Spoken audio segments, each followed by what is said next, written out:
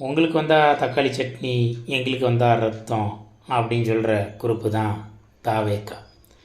மகளிர் தினத்தில் மேடை ஏறி மகளிருக்காக அவ்வளோ பேசுகிறாரு தலைவர்.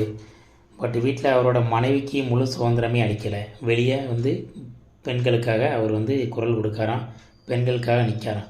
ஃபஸ்ட்டு மனைவிக்காக நில்லுங்க, அதுக்கப்புறம் பெண்களுக்காக நிற்கலாம். நீங்கள் மனைவினா அந்த மனைவி இல்லை, உங்கள் தாலி கட்டின மனைவி. நீங்கள் இப்போ வாழ்ந்துக்கிட்டு இருக்க மனைவி கிடையாது, சரிங்களா? அவங்க மனைவியே கிடையாது, அது வேறு. அப்புறம் நம்ம அந்த அருண்ராஜ் ஐஆர்எஸ் இந்த பேட்டிகள்லாம் பார்த்தீங்கன்னா, இலவசம் கொடுக்காங்க, அது கொடுக்குறாங்க, இது கொடுக்குறாங்க, நாங்கள் வந்தால் எல்லாம் கரெக்டாக பண்ணுவோம், மக்கள் செல்வ செழிப்பாக இருக்க பார்த்துக்குவோம், இந்த இலவசங்கள்லாம் தேவையில்லை அப்படின்னு சொல்கிற அந்த குரூப்பு டிஃபன் பாக்ஸில் ஸ்டிக்கரை ஒட்டி கொடுக்கறதுக்கு ரெடியாக வச்சுருக்கு. என்னடா பொழப்பு டேய், நீங்கள் வெளியே பேசுகிறது ஃபுல்லாக ஒன்று, உள்ளே செய்கிறது ஃபுல்லாக ஒன்றுடா.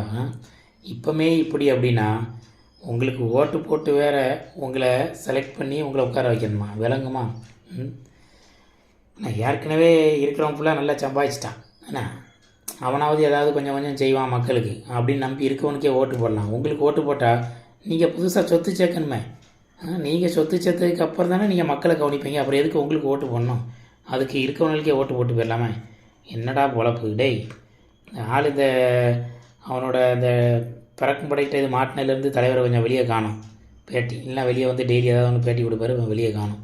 கொஞ்ச நாள் ஆகும் போல் தெரியுது.